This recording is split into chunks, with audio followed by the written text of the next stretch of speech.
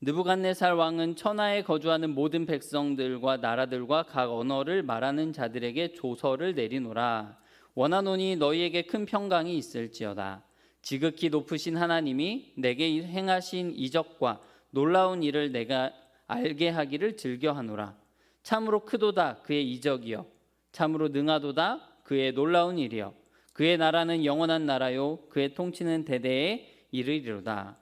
나 느부갓네살이 내 집에 편히 있으며 내 궁에서 평강할 때에 한 꿈을 꾸고 그로 말미암아 두려워하였으니 곧 내 침상에서 생각하는 것과 머릿속으로 받은 환상으로 말미암아 번민하였었노라. 이러므로 내가 명령을 내려 바벨론의 모든 지혜자들을 내 앞으로 불러다가 그 꿈의 해석을 내게 알게 하라 하였더라. 그때 박수와 술객과 갈대아 술사와 점쟁이가 들어왔으므로 내가 그 꿈을 그들에게 말하였으나 그들의 그 해석을 내게 알려주지 못하였느니라. 그 후에 다니엘이 내 앞에 들어왔으니 그는 내 신의 이름을 따라 벨드사살이라 이름한 자요, 그의 안에는 거룩한 신들의 영이 있는 자라. 내가 그에게 꿈을 말하여 이르되 박수장 벨드사살아, 내 안에는 거룩한 신들의 영이 있은즉 어떤 은밀한 것이라도 내게는 어려울 것이 없는 줄을 내가 아노니 내 꿈에 본 환상의 해석을 내게 말하라. 내가 침상에서 나의 머릿속으로 받은 환상이 이러하니라. 내가 본즉 땅의 중앙에 한 나무가 있는 것을 보았는데 높이가 높더니 그 나무가 자라서 견고하여지고 그 높이는 하늘에 닿았으니 그 모양이 땅 끝에서도 보이겠고 그 잎사귀는 아름답고 그 열매는 많아서 만민의 먹을 것이 될 만하고 들짐승이 그 그늘에 있으며 공중에 나는 새는 그 가지에 깃들이고 육체를 가진 모든 것이 거기에서 먹을 것을 얻더라. 내가 침상에서 머릿속으로 받은 환상 가운데에 또 본즉 한 순찰자 한 거룩한 자가 하늘에서 내려왔는데 그가 소리질러 이처럼 이르기를 그 나무를 베고 그 가지를 자르고 그 잎사귀를 떨고 그 열매를 해치고 짐승들을 그 아래에서 떠나게 하고 새들을 그 가지에서 쫓아내라. 그러나 그 뿌리의 그루터기를 땅에 남겨두고 쇠와 노줄로 동이고 그것을 들풀 가운데에 두어라. 그것이 하늘 이슬에 젖고 땅의 풀 가운데에서 짐승과 더불어 제 몫을 얻으리라. 또 그 마음은 변하여 사람의 마음 같지 아니하고 짐승의 마음을 받아 7대를 지내리라. 이는 순찰자들의 명령대로요 거룩한 자들의 말대로이니 지극히 높으신 이가 사람의 나라를 다스리시며 자기의 뜻대로 그것을 누구에게든지 주시며 또 지극히 천한 자를 그 위에 세우시는 줄을 사람들이 알게 하려 함이라 하였느니라. 나 느부갓네살 왕이 이 꿈을 꾸었나니 너 벨드사살아 그 해석을 밝히 말하라. 내 나라 모든 지혜자가 능히 내게 그 해석을 알게 하지 못하였으나 오직 너는 능히 하리니 이는 거룩한 신들의 영이 내 안에 있음이라. 아멘. 네, 사랑하는 성도 여러분, 한번 상상해 볼까요? 만약에 일제강점기 시절입니다. 네, 을사늑약으로 나라의 주권이 빼앗겼습니다. 그런데 일본의 천황이 조선 총독부를 통해서 전국에 이런 방을 붙였다고 생각해 봅시다. 나 천황은 사실 신이 아니다. 내가 교만하게 굴다가 하늘의 벌을 받아서 7년 동안 정신병에 걸렸었노라. 나는 신이 아니라. 여러분, 당시에 이런 글이 붙었다면 조선 팔도가 어떻게 되었겠습니까? 발칵 뒤집혔겠죠. 오늘 우리가 읽은 다니엘 4장이 바로 그런 본문입니다. 여러분, 이 4장의 발신자가 누굴까요? 다니엘서 4장의 발신자는, 이것을 기록한 사람은 다니엘이 아닙니다. 이스라엘을 멸망시키고 성전을 불태우고 우리 조상들을, 이스라엘의 조상들을 노예로 끌고 간 원수, 당시 세계 최강대국이었던 신바빌론 제국의 절대 군주 네부카드네자르 2세, 곧 느부갓네살 왕이었습니다. 우리가 읽은 다니엘 4장, 이 본문은 왕이 제국 전체에 내린 공식 조서였습니다. 다니엘서 4장은 당시에 국제 공용어였던 아람어로 기록되어서 온 천하에 반포가 되었던 것입니다. 그런데 그 내용이 참 놀라워요. 느부갓네살 자기의 치적을 자랑하는 것이 아닙니다. 자기가 한 공로, 업적을 자랑하는 것이 아닙니다. 나 느부갓네살이 교만 떨다가 미쳐버렸다. 7년 동안 왕자에서 쫓겨나 짐승처럼 소가 되어 소처럼 풀을 뜯어먹고 살았다. 이런 내용이 기록되어 있습니다. 자신의 가장 끔찍한 흑역사, 수치스러운 징계의 과거를 만천하에 까발리는 이른바 회개 간증문이자 이스라엘의 하나님 여호와 하나님을 찬양하는 내용을 이 조서에 담고 있습니다. 천하의 폭군이었던 느부갓네살이 도대체 왜 이렇게 수치스러운 조서를 썼을까요? 무엇이 이 절대 권력자의 무릎을 꿇게 만들었을까요? 오늘도 우리는 이 왕의 조서 속에서 세 가지 키워드를 가지고 다니엘서 4장 전반부의 내용을 함께 살펴보도록 하겠습니다. 자, 첫 번째 키워드 같이 한번 읽어볼까요? 시작. 평안. 네, 평안입니다. 오늘 본문 4절을 같이 한번 읽어보겠습니다. 시작. 나 느부갓네살이 내 집에 편히 있으며 내 궁에서 평강할 때에. 네. 성도 여러분, 오늘 4장의 사건은요 3장 풀무불 사건에서 대략 20년 정도가 지난 후의 이야기입니다. 자, 이제 느부갓네살 왕은 지긋지긋했던 영토 확장을 끝냈고요, 권력의 절대 정점에 서 있습니다. 자, 지도를 살펴보시면 동쪽 페르시아만에서 서쪽의 지중해 연안까지, 남쪽의 애굽에서부터 북쪽의 이란 고원까지 당시에 고대 근동 지역의 사람들이 알고 있었던 세계의 거의 모든 부분을 제패한 것이죠. 전 세계를 돌면서 약탈해온 어마어마한 전리품들과 보물들이 바벨론의 창고에 산처럼 쌓여 있었습니다. 여러분 혹시 7대 불가사의, 세계의 7대 불가사의 중에 하나인 바빌론의 공중정원을, 이거 안 넘어가는데요. 예. 공중정원에 대해서 들어보신 적이 있으십니까? 느부갓네살의 아내 왕비 아미티스는 산이 많고 숲이 우거진 북부의 미디아, 성경에 나오는 메대 지역에서 살았던 사람입니다. 그 지역에서 메마른 사막 지역인 바벨론으로 시집을 온 것입니다. 그 지역이 익숙하지가 않아서 향수병에 걸렸어요. 향수병에 걸린 아내 아미티스를 위해서 느부갓네살이 어떻게 한지 아십니까? 내 아내가 고향 산천을 그리워해? 그렇다면 내가 사막 한가운데 산을 만들어주마. 이렇게 한 것입니다.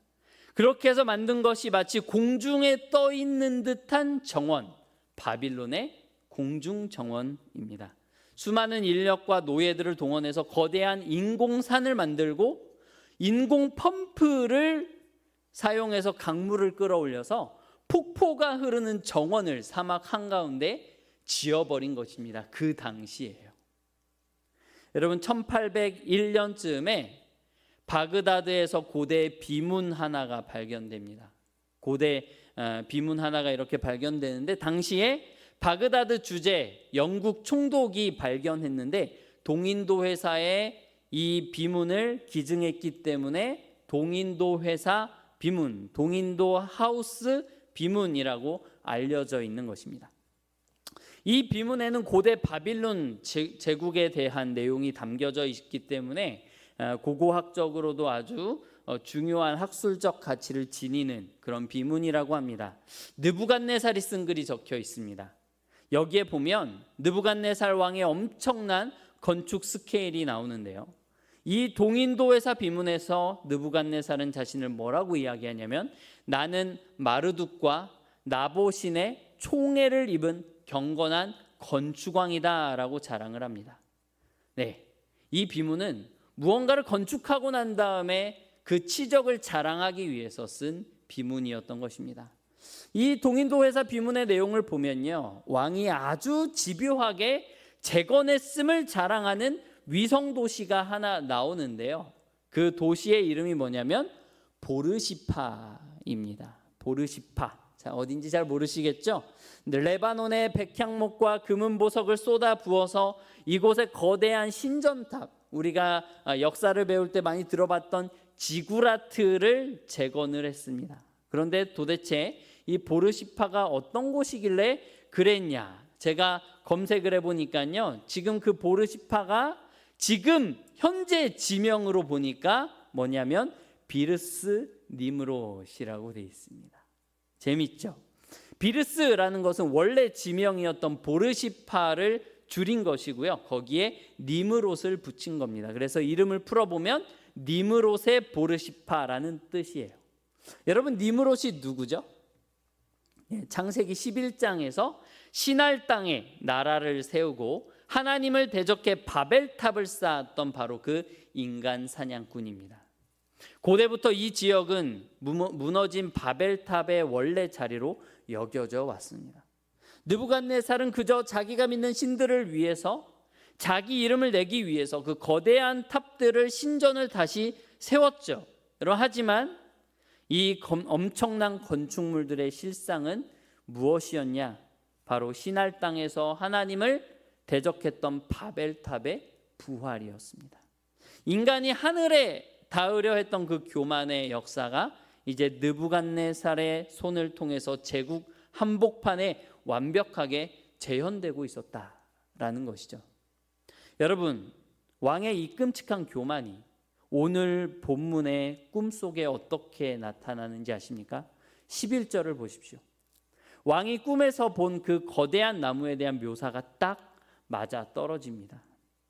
그 나무가 자라서 견고하여지고 그 높이가 어디에 닿았다고요? 하늘에 닿았으니. 여러분, 어디서 많이 들어본 구절 아닙니까?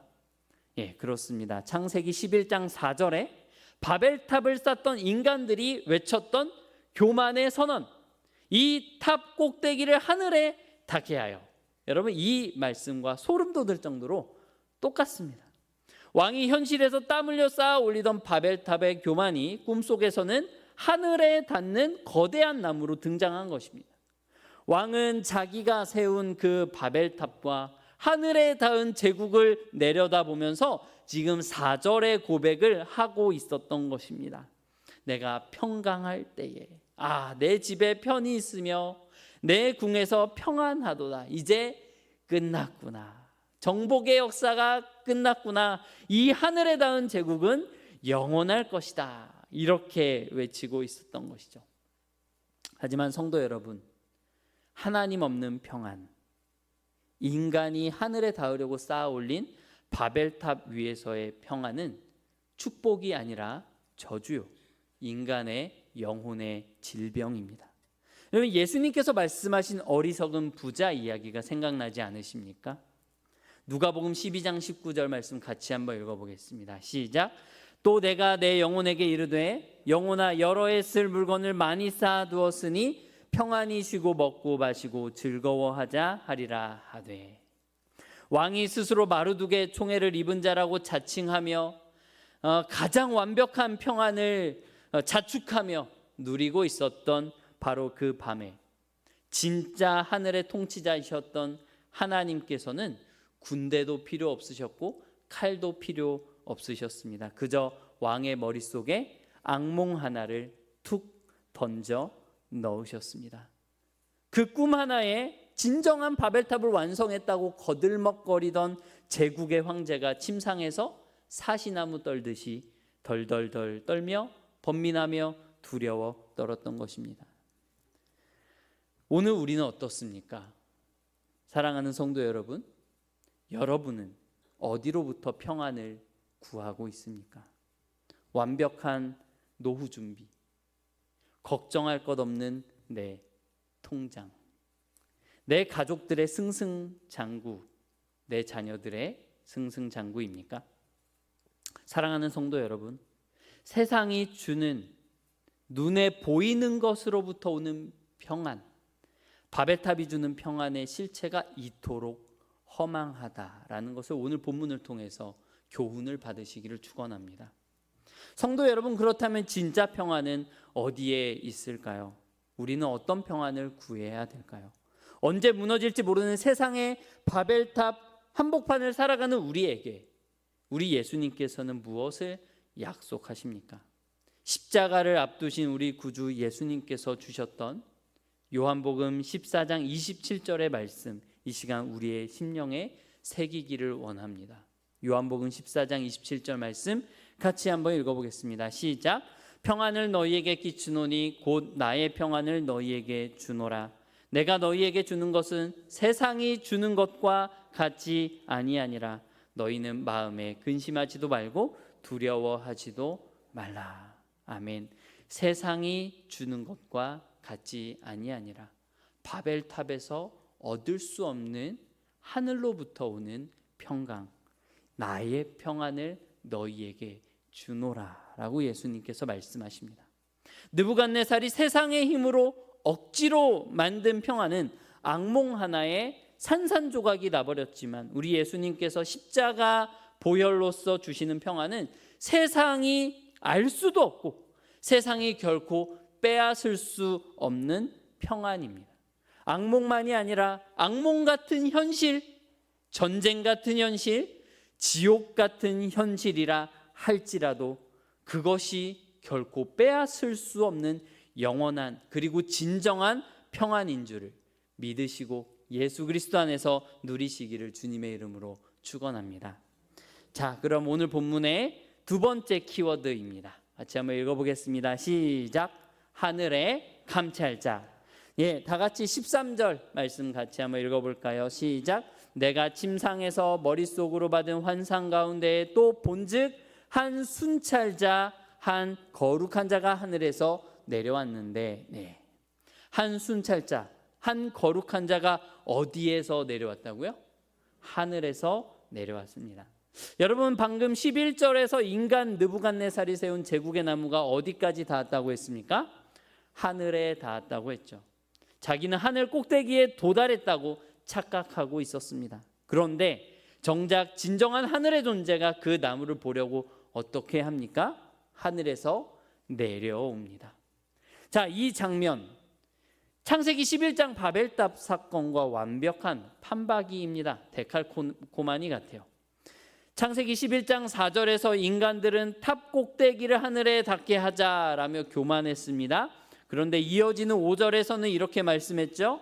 여호와께서 사람들이 건설하는 그 성읍과 탑을 보려고 내려오셨더라 라고 말하고 있습니다.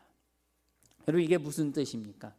인간이 수만 명의 인원을 동원해서 하늘에 닿겠다고 철옹성 같은 바벨탑을 쌓아 올려도 영원하시고 광대하신 하나님 앞에서는 도토리 키재기요 먼지 한 톨에 불과하다라는 것입니다. 여러분, 이 하늘에서 내려온 순찰자를 아람어로, 원어로 보면 이르라고 합니다. 여러분, 그 뜻은 뭐냐면 지켜보는 자, 깨어있는 자라는 뜻이에요. 이 정체는 아마 하나님의 일을 감당했던 천사였을 것입니다. 또 어떤 신학자는 구약에 나타난 그리스도라고 말하기도 합니다. 그런데 중요한 것은 뭐냐면 하나님은 다 지켜보신다라는 것입니다. 당시 고대 근동 사람들은 지금도 마찬가지지만 자기들이 섬기는 신도 피곤하면 잠을 자고 바쁘면 사람에게 무관심하다고 생각했습니다. 그래서 느부갓네살은 마르둑을 위해서 큰 신전을 지어서 올렸던 것이죠. 하지만 여러분, 우리 여호와 하나님께서는 어떠십니까? 그렇지 않으십니다. 시편 121편 말씀에서 말하는 것처럼 이스라엘을 지키시는 이는 졸지도 아니하시고 주무시지도 아니하시는 분이십니다. 하나님은 당신의 백성을 돌보시고 이 역사를 주관하시기 위해서 잠들지 않는 순찰자를 보내어 온 세상을 항상 지켜보고 계시는 분이십니다. 여러분, 이 잠들지 않는 눈동자가 이 교만한 자에게는 얼마나 무서운 경고였겠습니까? 느부갓네살 왕은 그 두꺼운 궁궐의 성벽 안 가장 은밀한 침상 위에서 완벽한 자유를, 완벽한 평강을 누리고 있다고 생각했겠지요. 그 누구의 간섭도 받지 않고 이 큰 제국은 내가 이뤄냈어, 내가 지었어, 신들이 나에게 은총을 내렸어 라고 하면서 교만을 떨고 있었습니다. 하지만 하늘에 계신 이가 웃으시며 하늘에서 굽어보시는 감찰자는 왕의 가장 은밀한 생각과 그 마음 깊은 곳의 교만까지 모조리 꿰뚫어 보고 계셨던 것입니다. 하지만 여러분, 이 감찰자께서 우리에게 무섭고 두려운 분이시기만 할까요? 그렇지 않죠. 이 험한 세상을 하나님 앞에서 코람데오 하나님 앞에서 살아가는 저와 여러분에게는 큰 위로가 되는 줄 믿습니다. 당시에 폭군의 압제 아래 포로로 끌려와서 신음하던 우리 믿음의 선조들을 생각해 보십시오. 아무도 그들의 억울함을 모르는 것 같았을 것입니다. 하지만 졸지도 아니하시고 주무시지도 않는 하늘의 감찰자께서는 포로로 끌려간 하나님 백성들의 그 작은 신음소리와 눈물방울 하나까지도 빠짐없이 다 지켜보고 계셨습니다. 사랑하는 성도 여러분, 오늘 이 밤에 세상의 불의 앞에서 억울함을 당하고 질병의 고통과 재정의 어려움 속에서 남몰래 눈물을 흘리시는 분이 계시다면 여러분 두려워하지 마시고 외로워하지 않으시기를 축복합니다. 모든 것을 지켜보시는 우리 하나님께서는 지금 이 순간에도 잠들지 않는 그 눈동자로 저와 여러분을 지키시며 마침내 그분의 공의와 사랑으로 갚아주실 것입니다. 자, 이제 마지막 세 번째 키워드입니다. 자, 세 번째 키워드 같이 한번 읽어보겠습니다. 시작. 주권. 네, 주권입니다.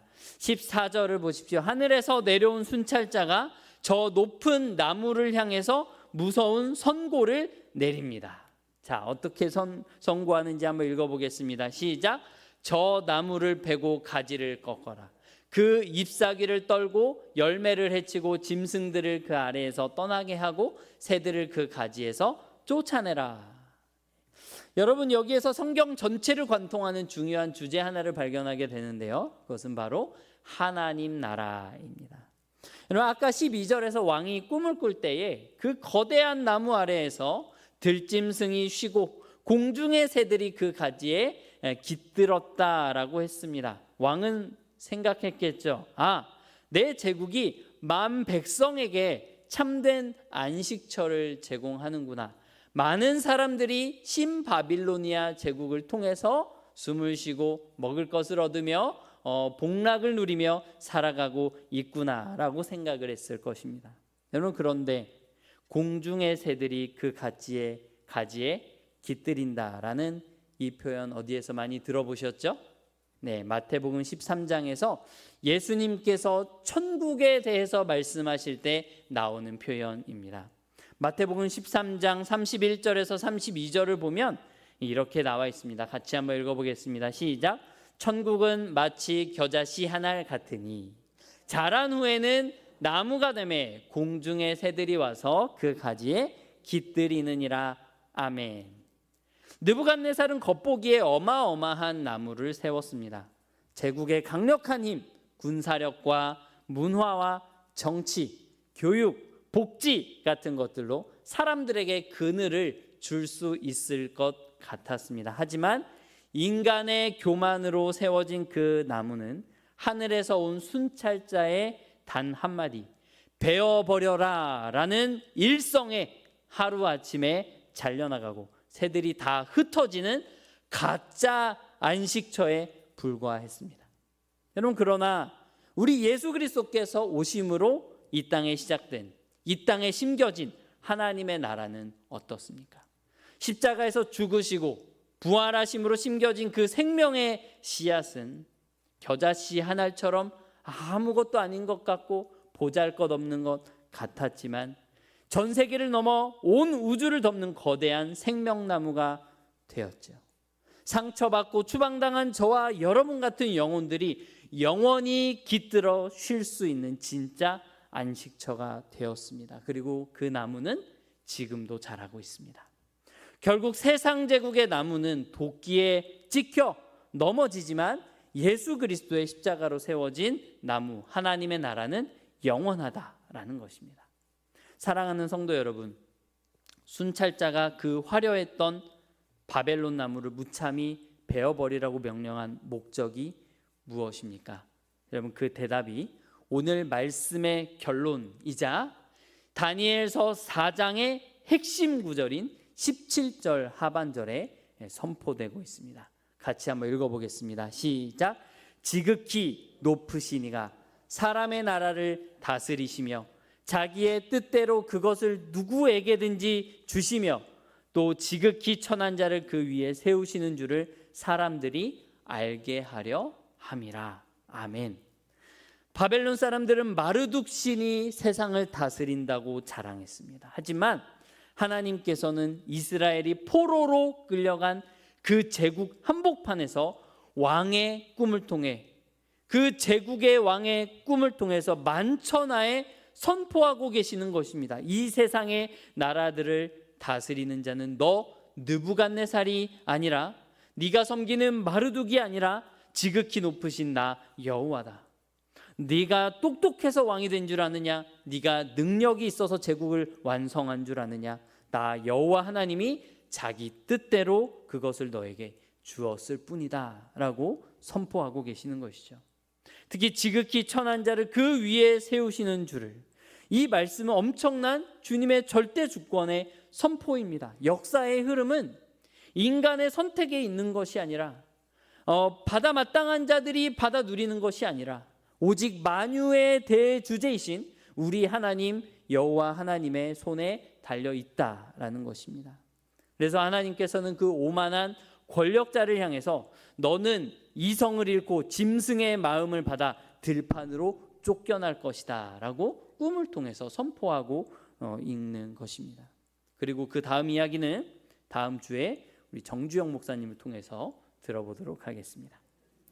네, 15절을 다 같이 보십시오. 여러분, 나무를 다 베어버리되 그 뿌리의 그루터기를 땅에 남겨두고 쇠와 놋줄로 동이라라고 하고 계세요. 여러분 한번 생각해 보십시오. 이 기왕 하나님께서 심판하실 거면 뿌리째 확 뽑아버리시지 왜 굳이 볼품없는 그루터기를 남기셨을까요? 왜 쇠와 놋줄로 단단히 묶어두라고 하셨을까요? 그것은 하나님께서 느부갓네살 왕을 꽉 잡고 있다, 하나님께서 통치하고 계시다라는 뜻이기도 하지만 주님께서 은혜를 베푸시는 것이기도 합니다. 자, 첫 번째로 그것은 파멸이 아니라 회복을 위한 징계다라는 것을 알 수 있습니다. 7대가 지난 후, 그러니까 7년의 짐승 같은 혹독한 훈련이 끝나면 그 잘려나간 밑동에서 다시 싹을 틔워 왕권을 회복시켜 주겠다라는 하나님의 자비를 나타내는 것이었습니다. 그리고 두 번째는 이게 참 중요한 부분인데요. 언약 백성을 향한 보호입니다. 여러분, 그 절대 권력을 휘두르던 제국의 황제가 하루아침에 미치광이가 되어서 7년 동안 왕좌를 비우면 나라가 어떻게 되겠습니까? 반란이 일어나고 제국이 박살나야 정상이겠지요. 그런데 왜 하나님께서는 이 그루터기가 느부갓네살이 훼손되지 않도록 쇠와 놋줄로 철저하게 동여매어서 보호하셨을까요? 예, 보호하셨습니다. 왜 보호하셨을까요? 왜냐하면 그 제국에 살고 있던 하나님의 백성들 때문에 그렇습니다. 당시 바벨론 제국 안에는 포로로 끌려온 하나님의 언약 백성들이 있었습니다. 하나님께서는 70년이라는 포로기 동안에 이스라엘 백성들을 연단하시기 위해서 바벨론이라고 하는, 제국이라고 하는 거대한 용광로로 사용하고 계셨습니다. 만약 이때 제국이 붕괴해버리면 하나님의 계획이 망가지게 되겠죠. 그러니까 하나님께서는 지금 미쳐버린 이방 왕 한 사람을 보호하고 계시는 것이 아니라 내 백성을 담고 있는 그 제국이라는 그릇이 깨지지 않도록 제국 전체를 쇠와 놋줄로 강력하게 결박하여 지키고 계셨던 것입니다. 여러분, 이것이 하나님의 보존하시는 은혜입니다. 하나님께서는 지금도 그렇게 하고 계신 줄을 믿으시기를 축원합니다. 그런데요, 이사야 11장 1절에도 그루터기가 나옵니다. 한글 성경에 보면 줄기라고 되어 있지만 그루터기로 번역될 수 있는 단어예요. 완전히 죽은 줄 알았던 이새의 줄기에서 한 싹이 나며 기어이 열매가 열립니다. 십자가에서 완전히 죽고 잘려나간 것 같았던 우리 예수님이 부활의 영광스러운 생명나무로 부활의 첫 열매로 피어나셨습니다. 자, 오늘 밤 내 인생이 잘려나간 밑동 같아서 슬퍼하는 분이 계실까요? 그렇다면 절망하지 마십시오. 주님께서는 그분의 백성들을 쇠와 노줄로 결박하여 튼튼하게 지키십니다. 결코 실패하지 않는 사랑으로 이 끈질기고도 놀라운 보존의 은혜로 우리를 붙드시는 하나님을 더욱더 신뢰하는 저와 여러분이 되시기를 주님의 이름으로 축복합니다. 자, 이제 말씀을 맺겠습니다. 바벨론 왕은 자기 권력을 지키기 위해서 미치광이 짐승이 되었지만 만왕의 왕이신 예수님께서는 죽어가는 저와 여러분을 살리시기 위해서 기꺼이 짐승의 구유로 내려오셨습니다. 그리고 십자가에서 짐승처럼 도살당하셨습니다. 스스로 낮아지신 진짜 왕의 사랑입니다. 사랑하는 성도 여러분, 창세기 11장 시날 평지에서 시작된 인간들의 바벨탑은 오늘 다니엘서의 바벨론 제국에서 화려하게 꽃을 피웠습니다. 하지만 성경은 이 바벨론의 역사가 여기에서 끝났다고 말하지 않습니다. 바벨론 제국은 패망했지만 여전히 그 정신은 살아서 이 세상에 남아있는 것이죠. 성경의 마지막 권인 우리 요한계시록의 18장을 보면 하나님을 대적하는 역사가 끝나지 않았음을 알 수 있습니다. 사도 요한은 마지막 때에 하나님을 대적하며 스스로 영원할 것이라고 믿는 이 타락한 세상의 거대한 시스템을 가리켜서 무엇이라고 부릅니까? 바로 큰 성 바벨론이라고 부릅니다. 만몬이 다스리는, 돈이 최고라고 말하는 세상, 하나님 없이도 내 능력으로 완벽한 평안을 누릴 수 있다고 유혹하는 세상, 돈만 있으면 다 돼 라고 말하는 이 거대한 현대판 바벨론 제국 한복판을 오늘 저와 여러분이 살아가고 있는 것입니다. 그래서 우리는 느부갓네살 시대의 포로들처럼 그 화려한 바벨론의 껍데기에 압도당하고 세상의 힘을 부러워하며 주눅들 때가 얼마나 많습니까? 하지만 여러분, 오늘 본문에서 하늘의 감찰자가, 하늘의 순찰자가 느부갓네살의 그 거대한 나무를 향해 베어버려라 라고 사형 선고를 내리셨던 것처럼 요한계시록 18장 2절에서는 천사가 마지막 날의 세상을 향해 이렇게 벼락같이 선포합니다. 짠. 네, 같이 한번 읽어볼까요? 시작. 힘찬 음성으로 외쳐 이르되 무너졌도다 무너졌도다 큰 성 바벨론이여. 아멘. 사랑하는 성도 여러분, 세상 사람들이 영원할 것이라고 믿고 쌓아 올리는 이 콘크리트 빌딩 숲, 돈과 권력의 바벨론은 하나님의 절대 주권 앞에서 결국 무너져 내릴 시한부에 불과합니다. 도끼에 찍혀 넘어질 나무에 불과하다라는 것입니다. 그러니 여러분, 세상의 껍데기를 부러워하거나 두려워하지 마십시오. 우리에게는 무너질 바벨론이 아니라 예수 그리스도께서 십자가로 세우신 영원한 하나님의 나라 새 예루살렘이 주어져 있습니다. 세상은 겉으로는 평안해 보여도 속으로는 심판에 대한 불안과 악몽에 떨고 있죠. 현실을 살아가느라 마주하지 않을 뿐입니다. 하지만 우리는 다니엘처럼 이 바벨론 세상에 생명을 줄 수 있는 유일한 정답을 알고 있는 사람들이죠. 십자가 복음, 예수 그리스도를 알고 있는 사람들입니다. 그래서 세상은 느부갓네살처럼 우리 그리스도인들을 향해 오늘도 질문하고 있습니다. 우리의 미래는 어떻게 되는 것입니까? 느부갓네살이 다니엘을 보며 말했던 거룩한 신들의 영이 있는 자 무엇입니까? 성령이 내주하는 하나님의 성도, 하나님과 동행하는 자들입니다. 사랑하는 성도 여러분, 무너질 바벨론이 아니라 가장 위대하신 통치자 하나님의 절대 주권에 우리의 인생을 온전히 맡겨드릴 수 있는 그 용기를 가지시기를 축복합니다. 그리고 질문하는 세상을 향해서 예수 그리스도의 복음을 선포하며 나아가시는 우리 송파제일교회 모든 성도님들 되시기를 주님의 이름으로 간절히 축원합니다.